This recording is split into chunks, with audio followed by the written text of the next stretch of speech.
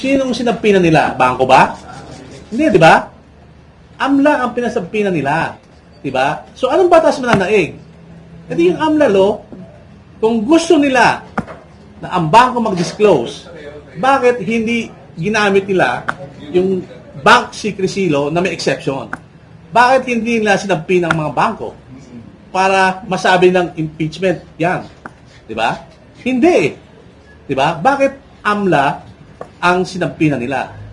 And remember, yung AMLA director na nag-appear, kaka-appoint lang April 13. Di ba? Nag-assume ng position April 14. Sinagpina ng April 15. Di ba? Na-receive yung sabpina April 16 ng hapon. Di ba? And within less than 3 working days, nakapag-submit na raw siya ng report nung before April 2022 for the 20 years. Di ba? Buruin mo, they're so efficient. Di ba? For 20 years, for the different bank accounts daw ni BP, nagawa nila within 3 working days na makalap yung mga reports na yan and makagawa ng ilang page yung summary ng 20 pages ba? Oh. Di ba? Ano ibig sabihin nun? Di ba? Bakit kailangan taga-AMLA ang sisagpina nila? Bakit hindi mga bangko? Di ba? Dahil hindi na pwede gamitin ang bangko. Di ba? Kasi sa mga kaso ng impeachment cases, it was only the Senate that issued the subpoena para sa mga bank records. Dahil nga, andun sa exception sa bank secrecy law.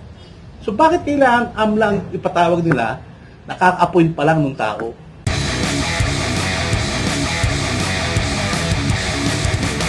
With regards po dun sa defense ni Attorney Mans na he said he is a private individual.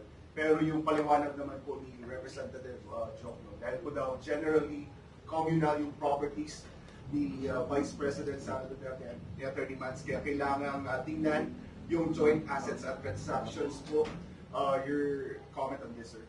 Yes, so like what I explained dun sa opening statement ko, yung right to accountability of public officers kasi hindi yan absolute. Meaning, hindi nila pwede gawin yung gusto lang nila. It is subject to the balancing with the Bill of Rights. Kasi in the Duterte versus HOR case, sinabi naman po ng Supreme Court doon very clear, the Bill of Rights applies in all stages of the impeachment proceedings. And currently, since sila po yung nagpo-prosecute, sila yung nagpo-prosecute, therefore, they have the burden to cite the exceptions na covered si Attorney Mans despite that question. Kasi like what I stated, since this involves constitutional rights, yung strict scrutiny test will apply. Diba? They have the burden to establish na hindi unconstitutional at illegal yung ginagawa nila. Hindi dapat pinapasa sa amin yung defense kasi sila po yung may burden yan. Trabaho po nila yan eh. Good morning, Rolando from Manila Standard. Hi, Attorney. Attorney, may I know or maybe know kung ano po status ng kasong isinampa niyo po last week sa Quezon City Fiscal's Office?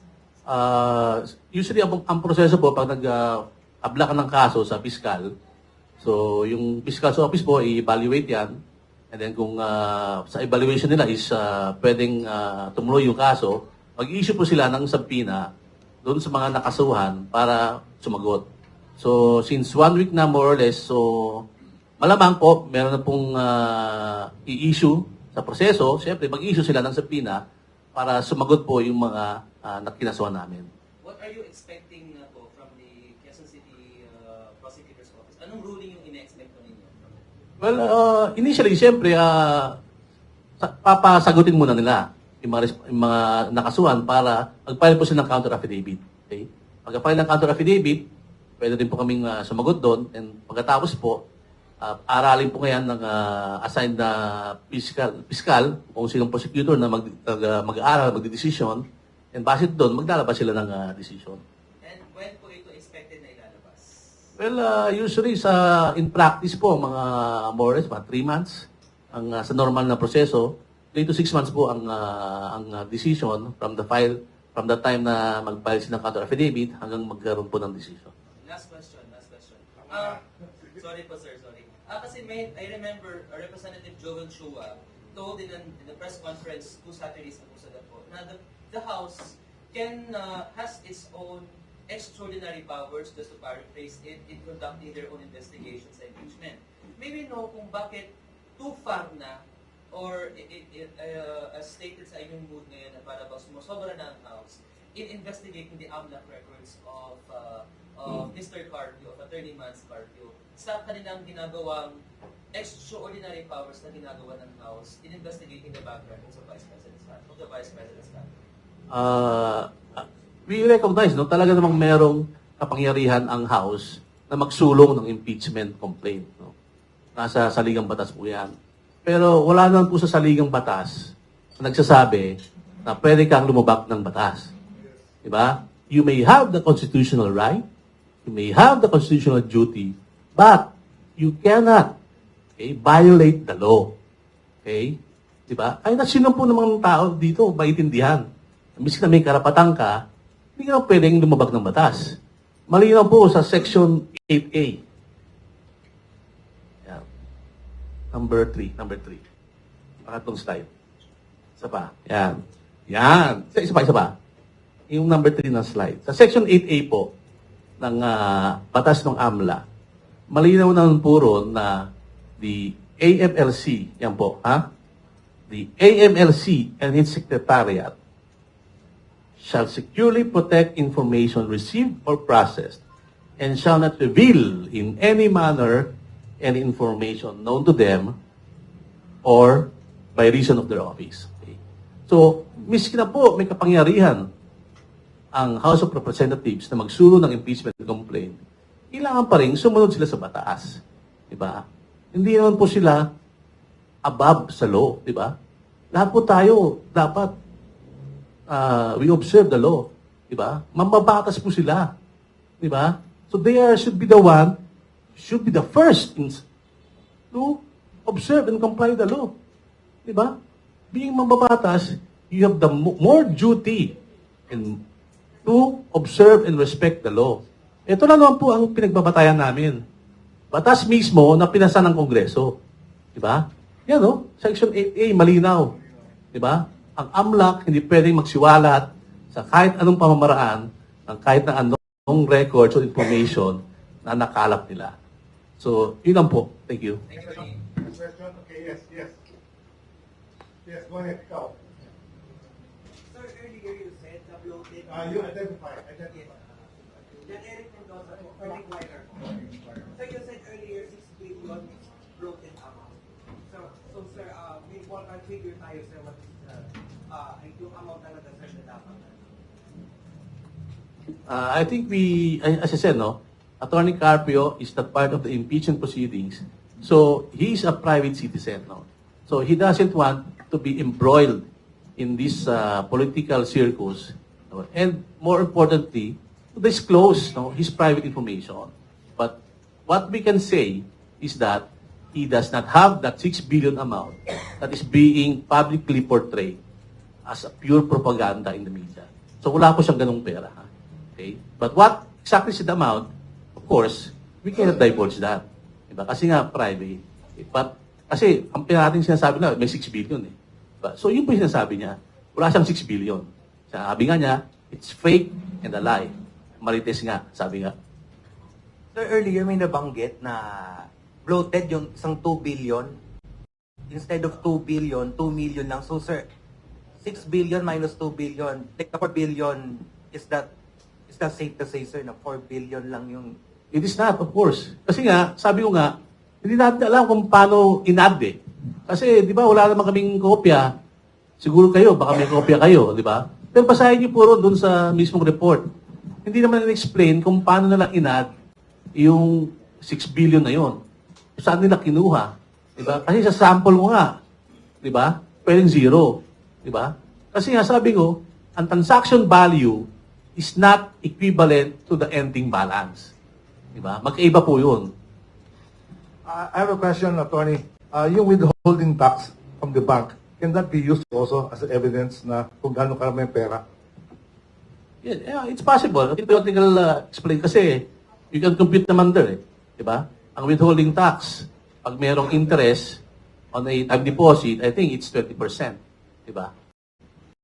In addition lang dun, sir, sa inquirer na question, Hindi siya 2 billion lang most likely yung na-compute doon kasi may pumasok na error, nilabas din yung error. So 4 billion most likely yung pinang-compute nila doon. If we follow yung assumption namin based doon sa pinapakita nilang mga reports. Hi, sir. Okay, ladies, identify yourself. Camille po from TV5. Sir, ano po yung reaction niyo dun sa order po ng BIR na mag-conduct ng tax audits dito po sa mga negosyo ng mag-asawa po? So yung reaction namin, we're prepared naman. We're ready to answer in the proper venue. And i-clarify ko lang din na yung order ng BIR is simply a LOA, letter of authority pa lang po yun. Baka kasi may misconception sa public eh. Letter of authority is the very preliminary phase po of a tax audit. In other words, wala pa po yung any liability, wala pang nakitang any tax deficiency. That is simply stating na may authority sila from the BIR to conduct an audit. Yun ang gusto ko lang din i-clarify kasi baka nami-misinterpret ng tao na akala nila porket nag-issue na ilolowa kayo, automatic may tax evasion na nangyari or ganyan. Wala pong ganun. This is preliminary pa lang po. This is determining pa lang whether or not may authority ba to conduct an audit. Yun lang po yung purpose ng LOA. Pero ano ba, sir, yung purpose nun? Ano ba yung specific na titignan? Bakit nila kailangan na mag-tax audit? Do you think may basis yun? Well, that's the prerogative of BIR, kung ano yung basis nila. We cannot speak for them kung ano. Basta yung sa amin lang, we are prepared naman to answer once we receive the actual letters of authority.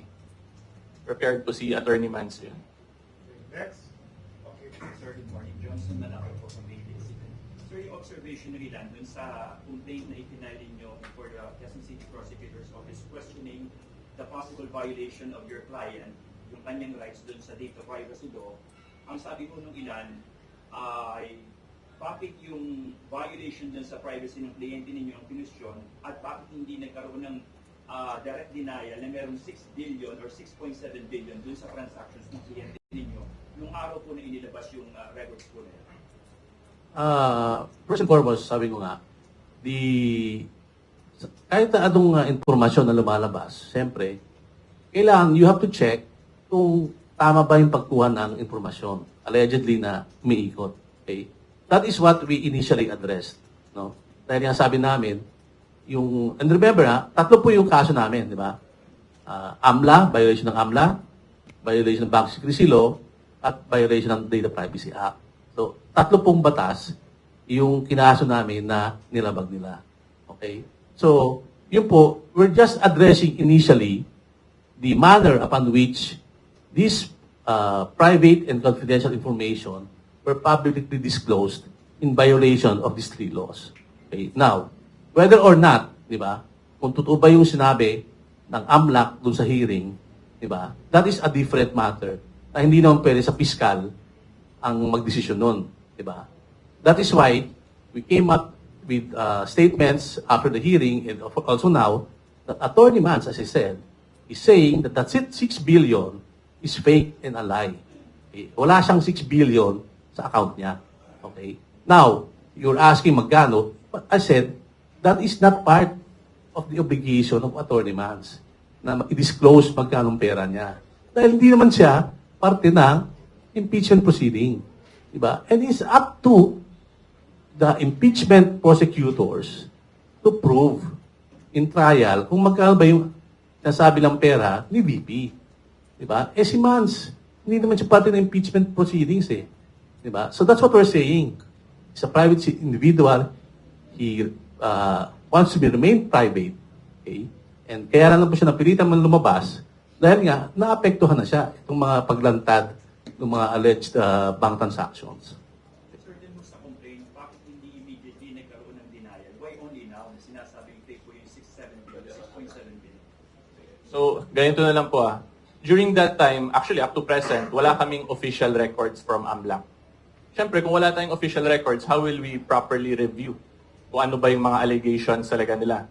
Ngayon, we are directly denying it na kasi repeating na masyado yung questions tapos parang nagkaka-political spin na So despite us not receiving, yan, sinabi naman po ni Attorney Danao na Attorney Mans is refuting yung 6 billion na claim.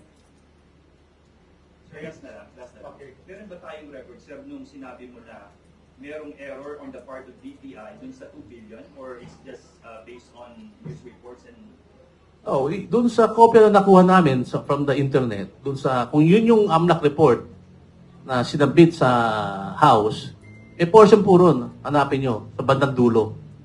Sa portion ni Attorney Mans, that the AMLAC, that the BPI sent a clarificatory letter to the AMLAC sometime in April, early last month, that stating that the 2 billion amount initially reported was a system glitch. And the true transaction amount was only 2M more or less. Andun po yun. Kung binigyan kayo, kasi balita namin, binigyan ng media ng kopya ng AMLAC, na, which I think, as a lawyer, I have to warn na even under the AMLA, no, the media is being prohibited. Okay? Next slide. Pero sir, were you It's being able to prohibited. confirm sa BPI?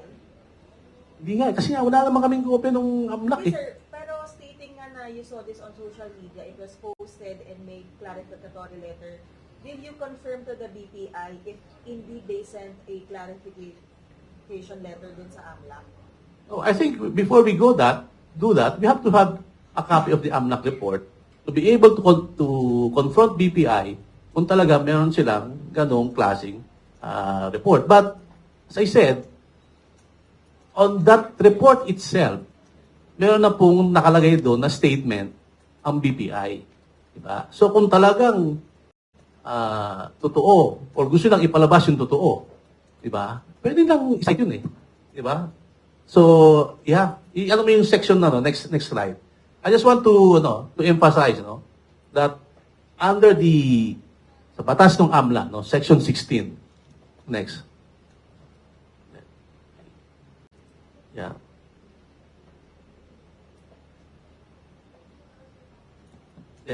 Section 14, sorry. Next.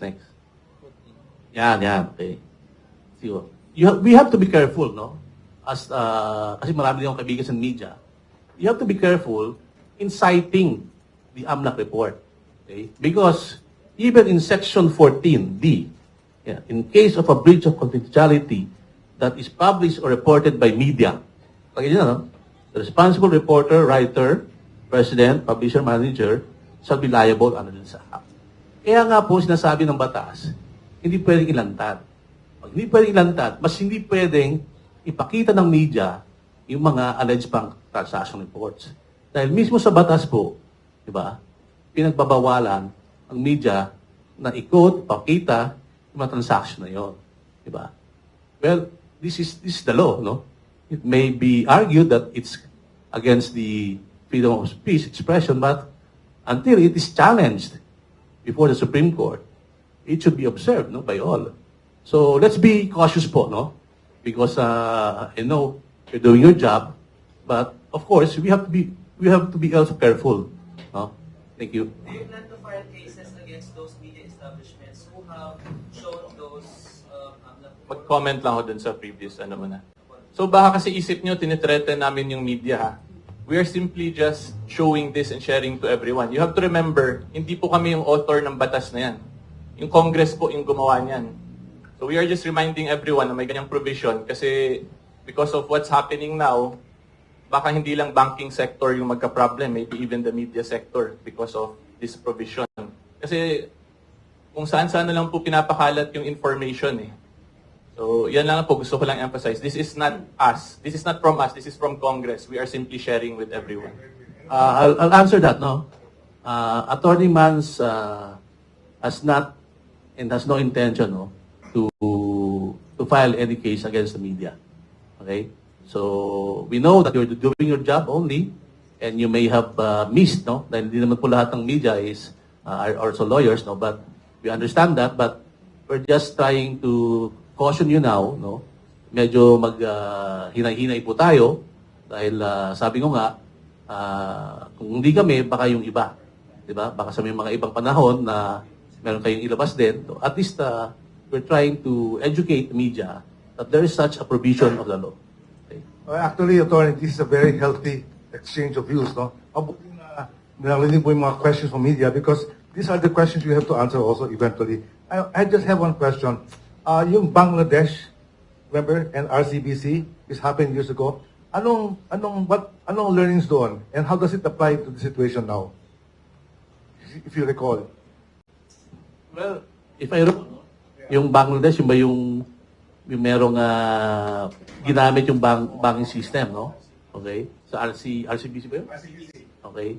So, I think, in a way, no, in any scandal involving the banking industry, okay, it will cause some panic, di ba?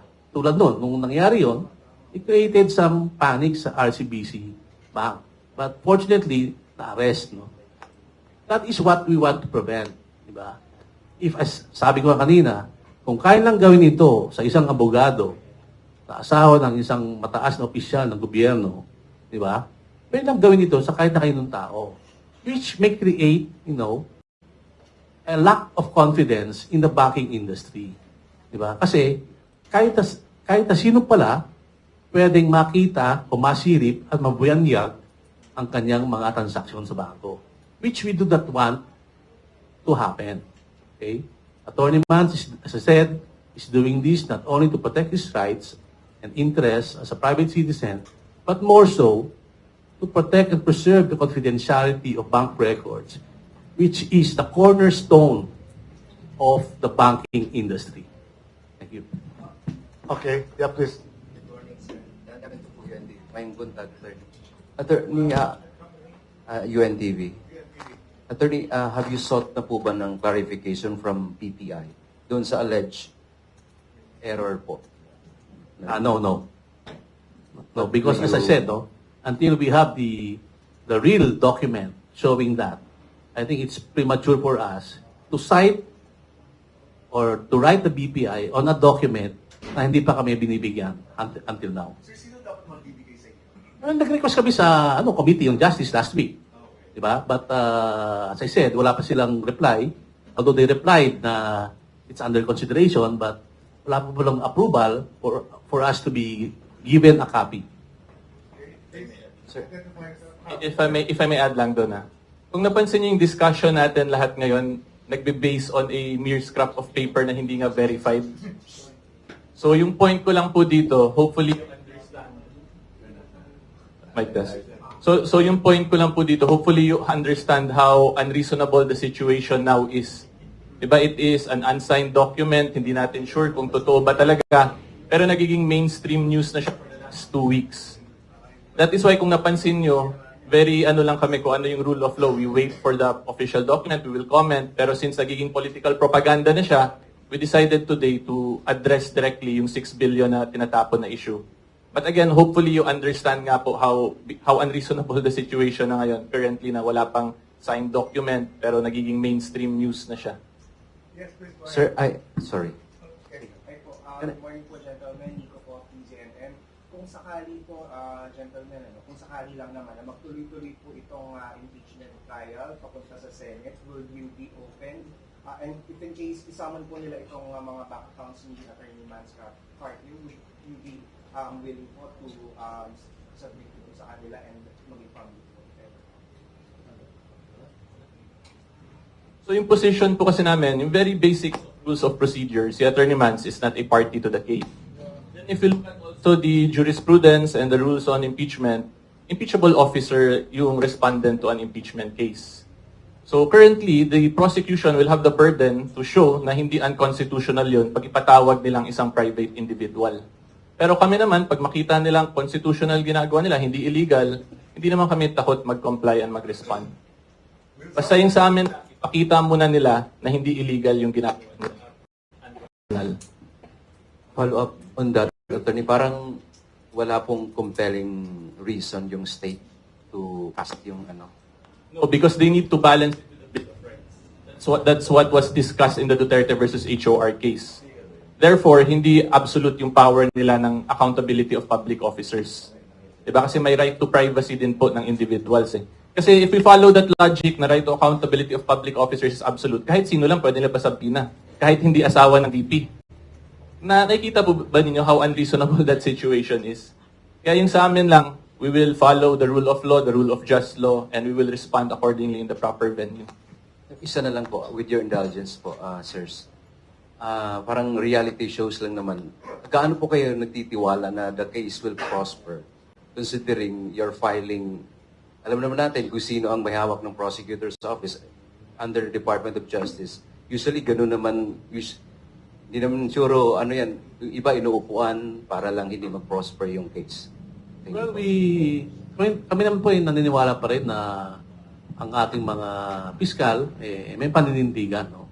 Ngayon, kung yung pagpile naman po namin, nasa batas naman yan, di ba? So, we do hope, no, of course, that they will see it the way we see it, di ba? Na makita nila na may violasyon nga nung Anti-Money Laundering Law, ng Bank Secrecy Law, tsaka nung Data Privacy Act, di ba? We have to believe, no, that our justice system still works despite the heavy political circus in our country today, no? Because that is the rule of law. No? Kung meron kang agrabyado ka, daanin mo sa tamang sistema. You cannot take the law into your own hands. That's what we're saying. Kaya nga po, nagpapayag kami ng kaso dahil may nakita kaming mali, di ba? May nakita kaming violasyon sa batas, file kami ng kaso. That is what we're doing. Okay? We do not take the law into our hands and go trial by publicity. Okay? What we're saying is that we have to believe that our justice system and those who work within our justice system are upright and righteous, that they cannot be persuaded by any political leaning or political harassment. Because if we do not believe that, then wala na po tayong rule of law. Magiging mob rule na tayo. Di ba? Thank you. Well, thank you, Attorney, for reminding us to put our trust in the justice system. Question lang, this may sound speculative, pero what are the chances of this going up to the Senate hearing? Anong chances ito? Well, we don't want to speculate, no? But I think the camp of Bibi Sara has always been saying that they are ready, no, to face it. And when it comes to the Senate, then their lawyers are ready to face the music. I think we have covered all the important points. Wait a minute. Sige, kayo po. Sige, saka muna. Sige. Arlie Calalo from Manila Times. So talking about sir dun sa sealed BIR box, do you think may violation pa rin na commit yung House lawmakers even though it was unanimously voted not to open it? And ang alam ko yata, nandun pa sa possession nila yung box. Was it right? Yes, so kung nakita po niyo sino yung panyero, si Attorney Kim Henares, may legal position din siya na may violation na, di ba? Yung mere delivery. Pero yung sa amin, more on sa confidentiality kami. Yung talagang gusto namin maprotektahan. So since hindi naman nila in-open yung box, therefore there is no violation of confidentiality. Is it true that the box is still in their possession? That's beyond our personal knowledge. If that be... Sir, paulit lang natin kasi hindi na po recording kami. Wala pa tayong speaker eh. So yung... Wait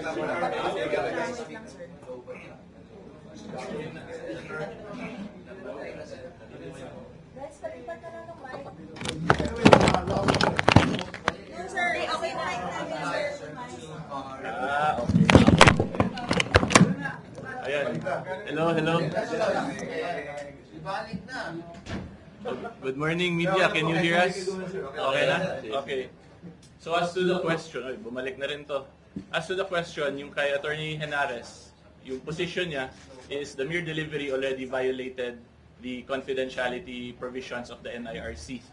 Pero yung sa amin, mas important yung actual confidentiality, whether or not na-disclose by yung sensitive personal information. So at present, wala namang na-disclose. So, okay lang kami. Observing lang kami at Okay present. lang, sir, kahit na nasa possession pa rin yun ng committee. Well, If they open it. that's speculative na sir.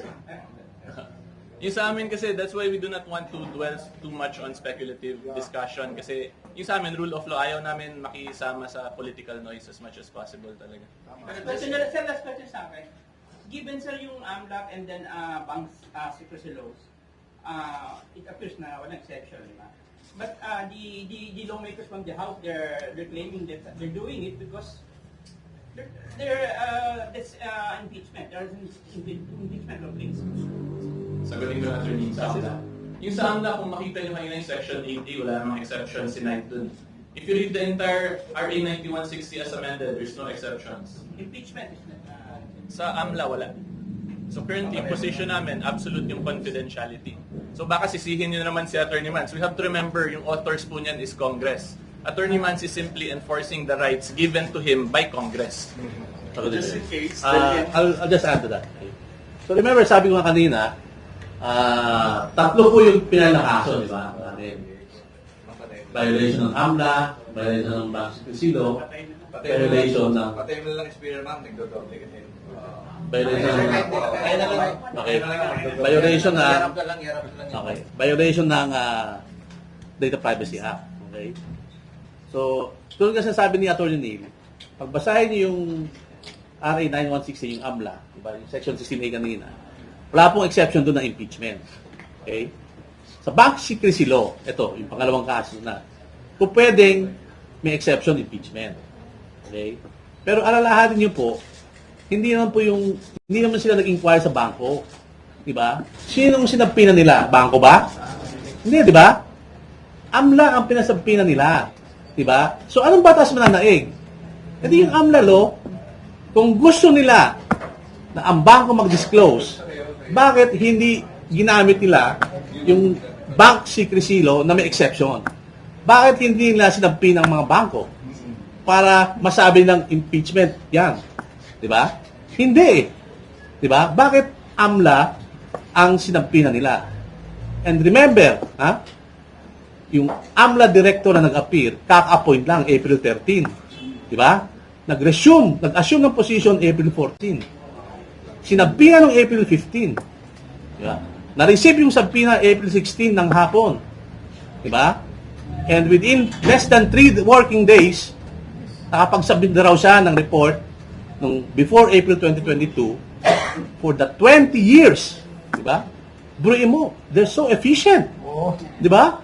For 20 years, for the different bank accounts daw ni BP, nagawa nila within 3 working days na makalap yung mga reports na yan and makagawa ng ilang page yung summary ng 20 pages ba?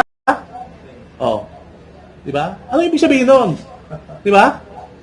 Bakit kailangan taga-AMLA ang sisabpina nila? Bakit hindi mga bangko? Di ba? Dahil hindi na pwede gamitin ang bangko. Di ba? Kasi sa mga kaso ng impeachment cases, it was only the Senate that issued the subpoena para sa mga bank records. Dahil nga, andun sa exception sa bank secrecy law. So, bakit kailangan AMLA ang ipatawag nila, nakaka-appoint pa lang ng tao? Diba? So, yun po, siguro magandang itanong nyo sa kanila. Just in case, nilin yung selyadong box sa Senate for the impeachment trial, just in case, do you intend to file another TRO? ITR yun. Sa ITR. Sa ITR yan, ano? Yes, Mag-file ba tayo TRO? Legal strategy. Haharangin niyo po ba? I think Delegate sa Senate. if nasa Senado na yun, I think that would be the option of the lawyers of BP. No? Because as I said, actually kami, meron na kami pinali sa RTCQC, di ba? Na TRO against the production of those ITRs. Di ba? Na-deny lang, but fortunately nga, sinil naman.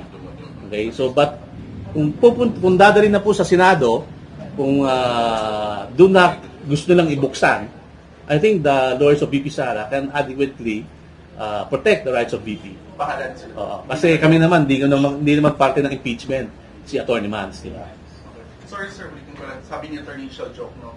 Hindi siya pwedeng hindi pwede yung argument na private citizen si Attorney Mans kasi conjugal yung properties nilang mag-asawa under the Philippine laws.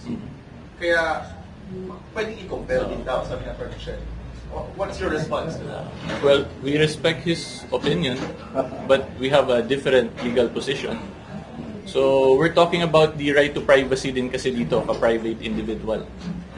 Therefore, they have the burden to clearly show to us na yun, ganun lang kasimple yung argument na yan para makakumpel to produce ng certain documents, confidential documents from a private citizen.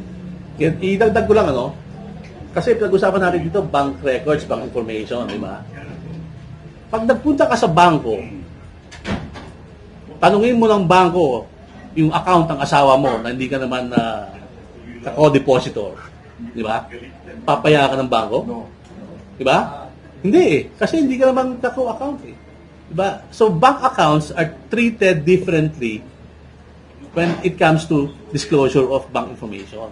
Mas stricto po ang bangko. Miski na alam nilang asawa ka. Pag yung account na gusto mong tignan, hindi naman ikaw, sa'yo. Di ba? Miski na asawa mo yan. Miski na mahal mo yung asawa mo. Hindi ka pagbibigyan ng bangko. Di ba? Subukan nyo. Ako, subukan ko eh.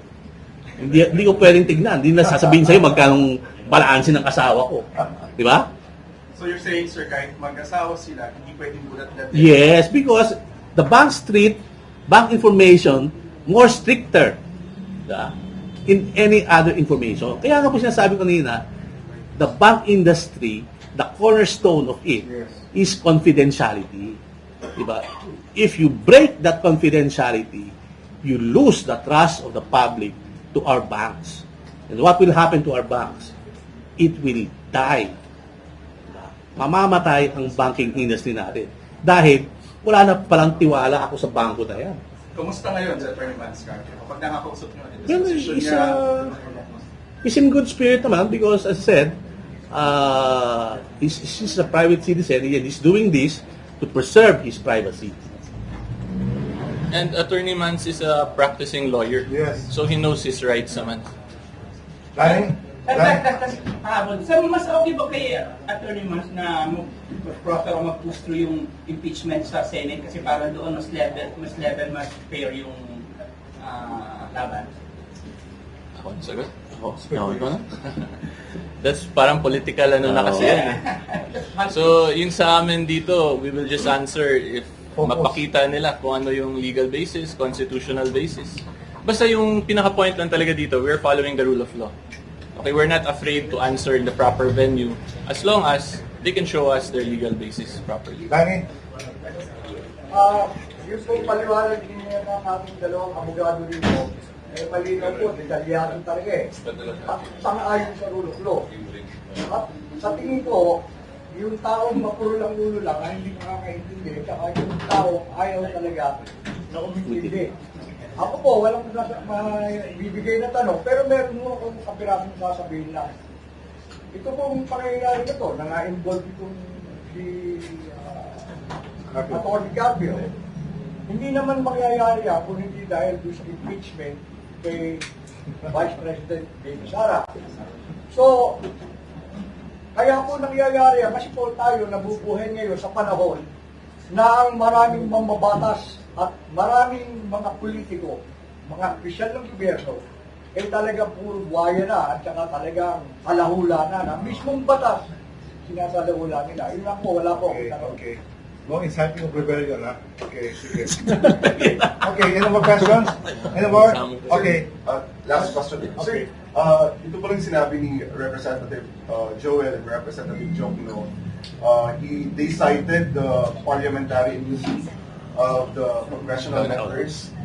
And then, ano kung masasabi po natin dito na walang pwedeng sa kanila na pwedeng questioning or to be held liable. Sige. Anyway, we respect that opinion or that position of our congressman. Pero ang nasabi po namin dito, di ba, pamparating sinasabi nila, kailangan may managot. Managot daw si BP Sara, di ba? And ngayon, pag silang kinasuhan, anong sabi nila? Immune. Ibig sabihin, hindi kami pwede managot. Di ba? So, pag si BP Sara, managot ka. Pag kami, hindi kami pwede managot. Pero, di ba si BP Sara, mas mataas sa mga congressman. So, if they're claiming parliamentary immunity, remember that the Vice President has also the immunity akin to a President. Dahil President in waiting siya eh. So, whatever immunity the President has, the Vice President can also invoke. So with more reason, kung sinasabing immune sila, di ba dapat mas immune si VP Sara? Pero hindi yun eh. Ang sinasabi dito namin, kung lumabag ka sa batas, di ba?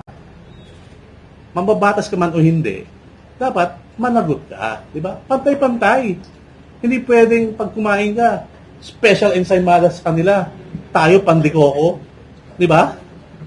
Although masarap ang special ensaymada rito, tsaka pandikoko, ha? Pinlagi ko lang, ha? So, di ba? Dapat pag naglumabag ka sa batas, managot ka kasi malinaw naman sa batas, di ba? So, yun ang sinasabi namin, di ba? Sana all, di ba? Pag lumabag ka, managot ka. Hindi pwedeng managot ka. Kami hindi. Hindi pwede yun. May follow-up lang doon. Pwede ba na-invoke yung parliamentary immunity considering doon sa nature of the case? Well, ang position namin, parliamentary immunity only applies to criminal cases arising out of your statement. Like libel, cyber libel, perjury. Diba? But on a purely, academic discussion, kasi nga, diba, may kaso kami, diba? Academic discussion, diba? You cannot hide from an immunity if the law itself prohibits you from doing something. Diba? Malinaw lang po sa batas. And alam naman siguro nila yung batas na yun. Diba? So alam mo yung batas, diba? Trabaho mo gumawa ng batas. Pero, nilabag mo yung batas. Diba? O pwede ba yun? Okay. It's a bit good 1 hour, no? Okay. Okay. Wilson? Okay. Can we have a last closing statement? Sige. Ikaw na. Ako ba na? Ako na. Again, thank you to Kamuning Bakery, to Sir Wilson, for hosting this event. As I said, maging mapanuri po tayo, hindi porket sinabi ng isang tao ito ay papaniwalaan na natin lahat. We have to dissect the source of the information, how it was acquired, and whether or not it is true or based on a factual basis sa isang dokumento or sa isang salaysay ng isang tao. Diba? So, we appeal to the media not to be used as a political propaganda by other persons in pursuit of their narrative to pin down an official of our government. Who was voted 32.2 million by voters. Etong mga kabila, yung nagsampa ng kaso, pag tinotal mo, nasa 15.2 million lang ang bumoto sa kanila. Diba? So you cannot say that they represent the will of the people because the will of the people resides with the people. And 32 million votes for VP Sara is a deafening point that she is backed by almost majority of the Filipino people.